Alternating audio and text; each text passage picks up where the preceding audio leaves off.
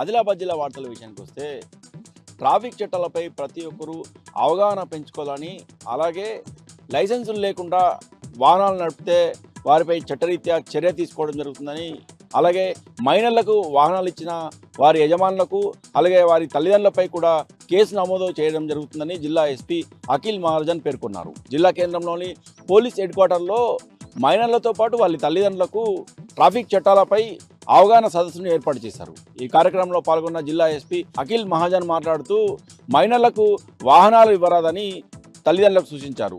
గత వారం రోజుల పాటు స్పెషల్ డ్రైవ్ నిర్వహించగా 295 మంది మైనర్లు వాహనాలు నడుపుతూ పట్టుబడ్డారని, మైనర్లతో పాటు వారి తల్లిదండ్రులకు వాహనాలు ఇచ్చిన యజమానులకు ఈ సందర్భంగా అవగాహన సదస్సును నిర్వహించారు.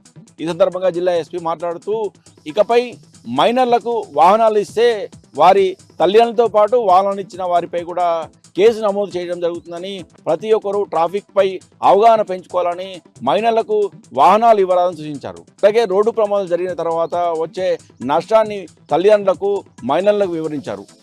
ఇకపై ప్రతి ఒక్కరు కూడా ట్రాఫిక్ చట్టాలపై అవగాహన పెంచుకోవడంతో పాటు మైనర్లకు వాహనాలు ఇవ్వకుండా తగిన జాగ్రత్తలు చేపట్టాలని సూచించారు.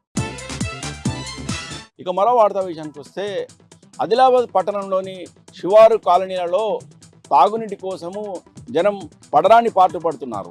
ఆదిలాబాద్ పట్టణంలోని శివారు కాలనీలుగా ఉన్న కేఆర్కే కాలనీతో పాటు రిక్షా కాలనీ, ఖానాపూర్, అలాగే సంజీవనగర్ కాలనీ తదితర శివారు కాలనీలలో గత వారం రోజులుగా తాగునీటి ఎద్దడి ఏర్పడింది.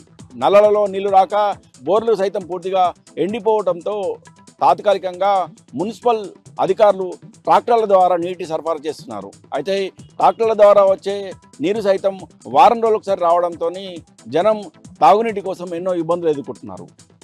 గత వారం రోజులుగా తమకు తాగునీరు రావడం లేదని కేఆర్కే కాలనీలు వాసులు ఈ సందర్భంగా వాపోయారు. రోజు విడిచి రోజైనా ట్యాంకర్ల ద్వారా నీటి సరఫరా చేయాలని ఎన్నో ఇబ్బందులు ఎదుర్కొంటున్నామని జనం ఆవేదన వ్యక్తం చేశారు. క్రమం తప్పకుండా తాగునీటి సరఫరా చేయాలని కేఆర్కే కాలనీ వాసులు మున్సిపల్ అధికారులను కోరారు. నిర్మల్ జిల్లా వార్తల విషయానికి వస్తే పెంబి మండలం లోతడియ తాండాలో విషాద ఛాయలు అలుముకున్నాయి. నిన్న హైదరాబాద్లో ఎంసెట్ రాసి తిరిగి వస్తున్న లోతడియ తాండాకు చెందిన మంజుల, అశ్వినిలు తిరుగు ప్రయాణంలో ఆర్మూర్ వద్ద జరిగిన రోడ్డు ప్రమాదంలో చనిపోయారు. వీరి మృతదేహాలను ఆర్మూర్ ఆసుపత్రికి తరలించగా పోస్ట్మార్టం నిర్వహించారు.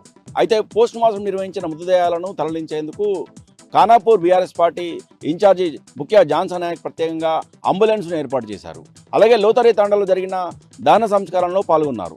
ఈ సందర్భంగా BRS party in charge Bukya Johnson Nayak మాట్లాడుతూ 2 విద్యార్థులు రోడ్డు ప్రమాదంలో చనిపోవడం తనను కలిసివేసిందని, వారి కుటుంబానికి బీఆర్ఎస్ పార్టీ అండగా నిలుస్తుందని భరోసా ఇచ్చారు. అలాగే మృతి చెందిన విద్యార్థుల తండ్రి మలేషియాలో పొట్టకుటి కోసం వెళ్ళాడని, ఆయనను త్వరగా ఇండియాను రప్పించేందుకు తగిన సాయం చేస్తానని పేర్కొన్నాడు. లోతడియ తండాలో జరిగిన విషాద సంఘటనను BRS party working president KTR దృష్టికి తీసుకెళ్లారు.